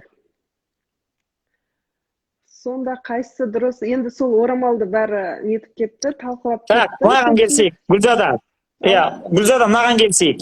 Мына жердегі қайсы дұрыс емес деп отырған сұрақ дұрыс емес. Сұрақты, мына дұрыс па, дұрыс емес па деп қойған адам өмірде ұтылады. Бұл өмірден сен ештеңе ала алмайсың, сразу айтайын. Себебі 21 ғасыр бұл моральдық ғасыр емес, оны логотерапияда айтады. 21 ғасыр бұл онтологиялық ғасыр. Яғни әрбір нәрсенің болмыс ретінде жаратылған кезіндегі арқалайтын мәні не? Ол маған қандай мән дарытады? Ол қандай маған мағына береді деп қана сұрайсың. Бұл менің өмірде мән табуыма септесе ма? Или Ницшенің айтқаны бар. Можно жить с этим деп қоясың дейді. Яғни, мына нәрсемен қарттыққа қарай кетуге бола ма? Мына нәрсе маған өлгеннен кейін серік бола ма? Өлгеннен кейін менің жолдасым бола ма деп сұрайсың дейді. Ал егер дұрыс па дұрыс емес па десе, бұл адамның өзінің психикасында проблема бар. Себебі бұл көзі дүниеге қараған кезінде дұрыс емес деген ақ қара екі ақ цветті көреді. Яғни черно-белый телевизор көріп отқан адам сияқты бұл. Ал дүние, құбылыс, айналадағы феномендер, бұл палитра 1000 миллион цветтерден, 1000 миллион реңден, 1000 миллион түстен құралған. Сондықтан мынау дұрыс емес деп сөйлейтін адам енді Қазақстан қоғамының сорына айналады, мен сіздерге айтайын. Сондықтан сұрақты қоюды үйрену керек. Бұл жерде адамдарыңыз қанша болды міне? 539. Иә, 538 бе? Осы сіздің 538 адамыңыз осыған көну керек. Бұдан былай мен дұрыс па, дұрыс емес па? Сонда қайсысы дұрыс? Деген сұрақтан бас тартамын. Бұндай моральдық таным маған зиян. Бұл менің таным көк жиегімді сығып, мен надандыққа тығып жіберді. Бұл басыңа кигізілген жағы ноқтаны алып лақтырып тастайсындағыны кез келген құбылысқа қатысты. Мына нәрсе маған осы дүниеде жолдас болуға жарай ма, жарамай ма? Бұл менің өмірімнің мәнін ашуға септесе ма, жоқ па? Бұл әу баста жаратылғанда не үшін жаратылды? Менің болмысымды аша ма, ашпай ма мынау? Деп қана сұрайды. Егер осы сұраққа отырса, онда Қазақстан қоғамының онда бір бағы жанды деген сөз. Онда рахат болып қалады. Онда дүниені игереміз.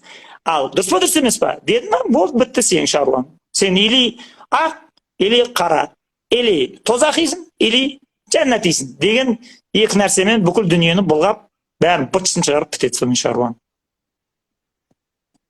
Керемет. Так, кітап жайлы көптеген сұрап жатыр. Енді Телеграм Не каналға дейді? өте қойыңыздар. Телеграм каналға өте қойыңыздар. Мына жерде даже телефон номерде жазып жатыр. Соны скрин жасап, соған жазсаңыздар, кітапты содан заказ бере аласыздар. Телефон жазған шығар, 707 327 56 65 офис. Міне телефон номеріңізді қалдырдым, мөлдір деген.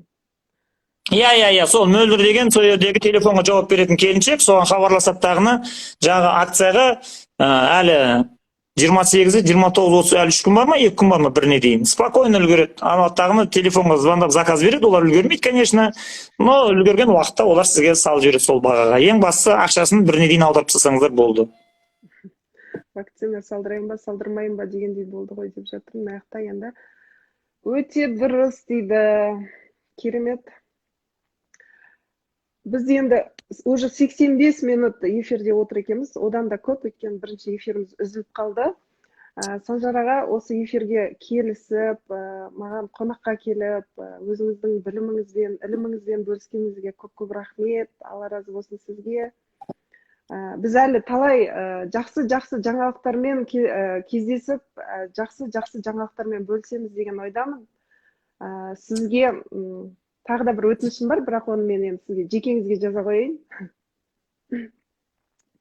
Жақсы. Қандай кітаптарды шығаратын ойларыңыз бар дейді. Негізі сіздердің кітаптарыңызды мен жалпы ең бірінші махаббаттың мәні деген кітапты мен өзімнің келінімнен оқып жүргенін көрдім да, отбасы хрестоматиясы, махаббаттың мәні. Асығыс көріп қалдым да. Одан кейін логотерапия деп айтып жүрген кезде логопедпен мен шатыстырдым. Сіздер айтасыздар ғой, даже кітапта жазылған логопедпен шатыстырады деп. Сонда логопедпен шатыстырып, бұның сондай қандай қасиеті бар деп ойлайтынмын да. Кейін Виктор Франклдың өмірде мән іздеген жан деген кітабын оқып, қазақша аударыпсыздар ғой. Сол қазақша аудармасын оқып, содан кейін сразу сіздің осы логотерапия кітабын сатып алдым. И то сіздің неңізге түскен кезде, мен соны инстаграмға терген кезде сіздің парақшаңыз бірінші шықты. Сосын 1-2 эфиріңізге қатысып көрдім. Одан кейін уже сразу қоңырау қойып қоямын, сіз эфирге шыққан кезде міндетті түрде кіріп қатысып жүрмін. Жалпы негізі каждый эфиріңізден бір нәрсені ұғып шығамын да, өзіме адамда фильтр деген болу керек қой мысалға. Өзіңе керегіңді аласың да, сен жүрегің қайсы информацияға ашық, сен соны ғана қабылдай аласың. Солай қабылдау арқылы каждый раз оқушыңызбын, каждый раз кіремін. Алла бұйыртса алдағы уақытта бүткіл кітаптарыңызды оқуға уәде беремін, міндетті түрде, өйткені шынымен де ұнайды. Жаңадан бастадым кітаптарыңызды. Енді бұдан былай енді сізде өзіңіздің жаңағы клиенттеріңізбен түсіндірген кезіңізде міндетті түрде жаңағы нәрсені ескеріңіз. Адамды жаңағы логотерапияны 3-ке бөледі бұлар. Соматика, психофизика, сосын логика деген кезде, логикаға өткен кезде рухани құндылық айта алатын, рухани әңгіме айта алатын, бір философиялық бір талдау бере алатын күш қуатыңыз болу керек. Енді оны алатын мүмкіндік бар сізде. Қазір Алматыда сол логотерапияны оқып жатқан Амангелді деген жігіт бар. Ана Жанар Байсемізова оқып жатыр. Ол да өздерінше әйтеуір біраз нәрсеге үйреніп айтып жүр қазір эфирден. Сосын сол отбасы хрестоматиясы фонындағы Сәкен деген жігіт бар, Айбек деген жігіт бар, Бағдат деген жігіт бар. Оларда бәрі бір жолығып отырып шай ішіп, мынандай бір клуб сияқты отыратын болсаңыздар, өздеріңіз бір, онда көп ақпарат алуға. Енді мен кезінде Алматыда жүрген кезде, бұдан 3 жыл бұрын, ол кәдімгі бір культура болып қалыптасып қалған тұғын. Айында ең кемі 2 рет, 3 рет кәдімгі мынандай залды арендовать ететін тұғында, сол жерге осы рухани ілімге қызығатын 80-90 адам жиналады. 1 сағат лекция оқиды, біткеннен кейін жаңағыдай 1 сағат пауза, бәрі үйінен алып келген самсасын, жаңағы мейізін, печеньесін сол жерде шығарып шай ішеді. 1 сағаттан кейін қайтадан отырады, тағы 1,5 сағат лекция тыңдап. Ол Алматыдағы жұрт сөйтіп күшейіп алған кезінде. Кейін пандемия келді да, бұл клубтың бәрін тоқтатып болмай қалды да, есесіне біз инстаграмға шығып кеттік. Көрдіңіз? Сондықтан ол ілімдерді жаңағыдай жолығып, сөйлесіп ала беруге болады. Сондықтан жаңағы өмірдің өкінбейтін бар айласы, ол айла қиянатсыз ой тазасы, мейірім, ынсап, әділет, адал еңбек, таза жүрек, тату дос, сол шарасы дейді. Айланып келгенде бәрібір осыған келіп тоқтайсың ең соңында. Жақсы? Білім ешқашан артық етпейді ғой. Білім ізденіп, өмір бақи білім алған адам алжымай өледі дейді ғой, сондықтан соны бұйырсын бәрімізге. бір кішкентай ғана түзетіп енгізе салайын, сіз ренжімеңіз. Жалпы мына рухани ілімде, мына суфизмдегі адамдар, дінге сенетін адамдар, мен сияқты дінге сенетіндер, білім деген нәрсені бірінші орынға қоймайды. Бірінші олар жүректі алдыға шығарады, мейірім, махаббатты. Сосын барып, білім, ақыл, рационализм, логика деген ғылымды, академиялық білімді ана мейірім, махаббатқа құл қылып жегеді. Мына мейірім, махаббатқа жұмыс істейсің деп. Сондықтан, егер сіз білім деп соған акцентті қоя беретін болсаңыз, өзіңіздің жүрегіңіздің қалай қатайып кеткенін, қалай қартайған кезде мейірімсіз болып қалғаныңызды байқамай қаласыз. Керемет. Сіздер сияқты бізге направление беріп отыратын, сондай адамдардың саны көбірек болсын, шынымен де алғысым шексіз. Жақсы, онда мен де қоштасамын. 99 деп сізбен қоштасамыз, біз әлі талай жақсылықтарда бірге болатынымызға сенімдімін. Рахмет көп. Жақсы. Жақсы, саған да рахмет. Міне сенің батыл, қорықпай шығып, осындай тема қойып, эфирге шақырғанның арқасында, міне жағы 550-ге жуық адамдар біраз жақсы әңгіме тыңдап, тақырбасы звезда болып қалды сенің арқаңда. Сөйтіп біраз елдің көзі ашылып, біраз кітаптар туралы ақпарат алды.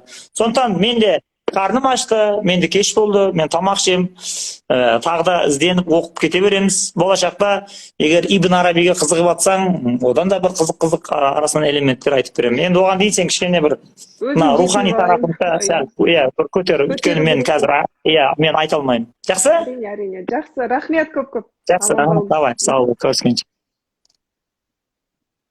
Керемет эфир дейді. Вот. Жақсы, онда өте дұрыс, не бір білімді дегендерді көріп жүрміз ғой. Ханымдарым, сіздерге, жақсыларым, былайша айтқанда сіздерге эфир ұнады деген ойдамын, өйткені шынымен де маған өте қатты қызықтырады.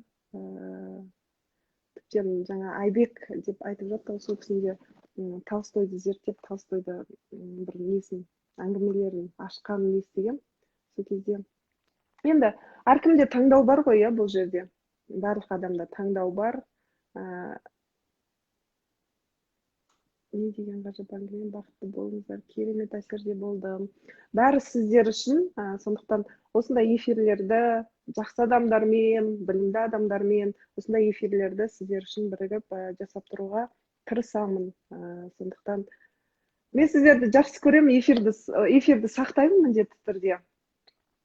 Құнды мәліметтер алдым, Гүлзия рахмет деп жатсыздар. Рахмет, сіздерге рахмет, осындай эфирге кіріп, бізбен бірге өздеріңіздің энергетикаларыңызды жіберіп, атсалысып, қаншама жаңағы сұрақтар қойылып, солардың жауаптарын алдық. Сондықтан осы эфирге атсалысқандарыңыз үшін сіздерге рахмет. Сіз номер қалдырыңызшы. Былай істейік, кітап заказ беру үшін, қазір мен осы эфирді сақтайын, осы эфирдің астына информация қалдырайын. Сол информация бойынша өтіңіздерді Телеграм каналға өтсеңіздер болады. Отбасы хрестоматиясы, соған өтсеңіздер, заказ беріп аласыздар. В принципе, 7000 теңгеге 5 кітап алу деген өте арзан ғой. А зато кітаптың құндылығы ол сіздерде өмір бақи қалады, ол сіздің балаңызға, балаңыздың баласына қалуы мүмкін. Сол себепті алып қалайық. Мүмкіндікті жіберіп алмайық дейді, қазір енді 7000 теңге дейді, скоро 9000 теңге болады дейді. Всегда айтамын ғой, арзан кезінде мүмкіндікті жіберіп алайық. Мүмкін 2000 теңге ол рөл ойнамауы мүмкін, бірақ ол бізге берілген мүмкіндік. Қайдасыз? Гаухар қайдасыз? Жаңағы кісінің парақшасы вот міне астында жазылып тұр. Санжар Керімбай. Бірге жазылады. Санжар Керімбай. Ж деген мынандай Ж әрпімен. Санжар Керімбай, сол кісіге тіркеле қойсаңыздар болады. Ол кісінің эфирлері енді постоянно болады. Жақсы, онда мен сіздермен қоштаспаймын. Негізі эфирде бірталай әңгімелер болды. Енді өздеріңіз сараптайсыздар, өздеріңізде таңдау бар сіздерде. Сіздер қалай қабылдайсыздар, ол сіздерге байланысты. Сондықтан Санжар ағаға рахмет, сіздерге де рахмет. Түн тыныштығын тіледім, аман болыңыздар.